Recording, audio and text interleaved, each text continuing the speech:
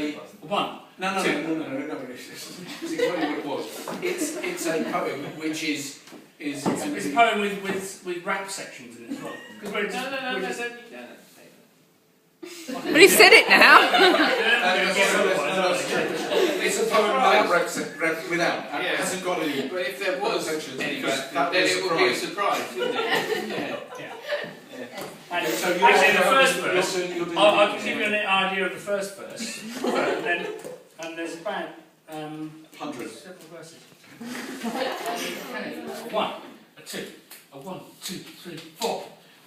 What can we say about our old mate Vic as she reaches the age of 50? She's still in such terrific nick without tummy tuck or face lifty. Take the bridge. Take the bridge. Victoria, we're really love to be with you. From Menorca to East Anglia, at heel with your hysteria. In the garden with wisteria. More than 50 years ago in Seven Oaks, Non and Jen met over love of hockey. And after 2 not quite so beautiful babies were born, they eventually got third time lucky with their youngest daughter, Vicky. They were besotted with their newborn. They said everything about her glows. She's absolutely perfectly formed from her head down to her toes. Oh yes, crikey, what a nose. Crikey, what a nose. Her first 18 years were a bit of a non-event. Vic's memory of those years flickers, except for sadistic nuns at the convent who forced her to wear grey flannel knickers. Victoria was an early fan of Margaret Thatcher and husband Dennis. She looks a bit like Barbara Streisand and has had a lifelong love of tennis. Hold on. Keep on. Uncertain what to study, the admissions clerk at Keele thought foundation year would suit her. He said, she'll do very well indeed, I feel, but crikey, what a hooter. Psychology and law was the tough path she chose. Hard work will be her epitaph. And neither is she the only tennis lover with a big nose. Because, of course, there's always Steffi Graf. And can I say, we couldn't get a picture of Steffi Graf. So we just had to use one of yours. When first at Keele, the sporting atmosphere shook her. She could have been an earlier Jessica Ennis. No.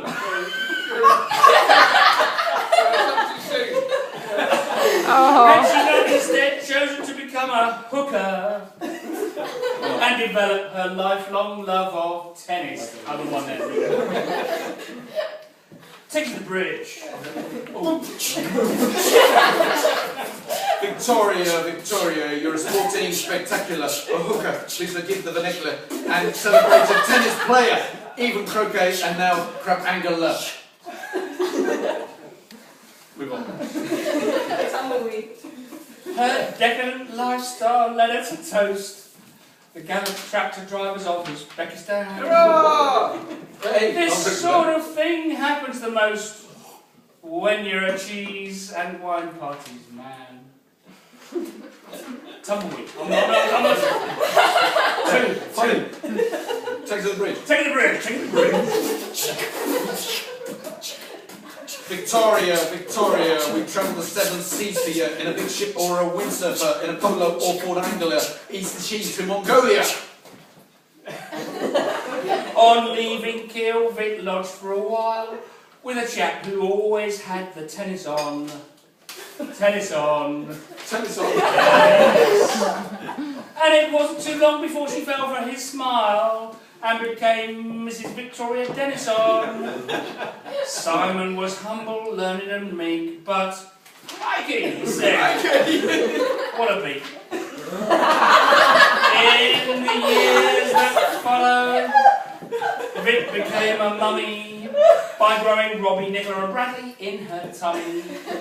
She's got more family fortunes than Les Dennis, so therefore must still love the odd bit of Oh, bloody hell. tennis. Smelly nappies were always a bit of a honk. Crikey, Mum, said the kids. What a conk. Above all else, the one thing Victoria's got is a cracking sense of humour. Not. She often goes from being confused, I don't get it, she says, till when she does, we're not amused. Take it to the bridge.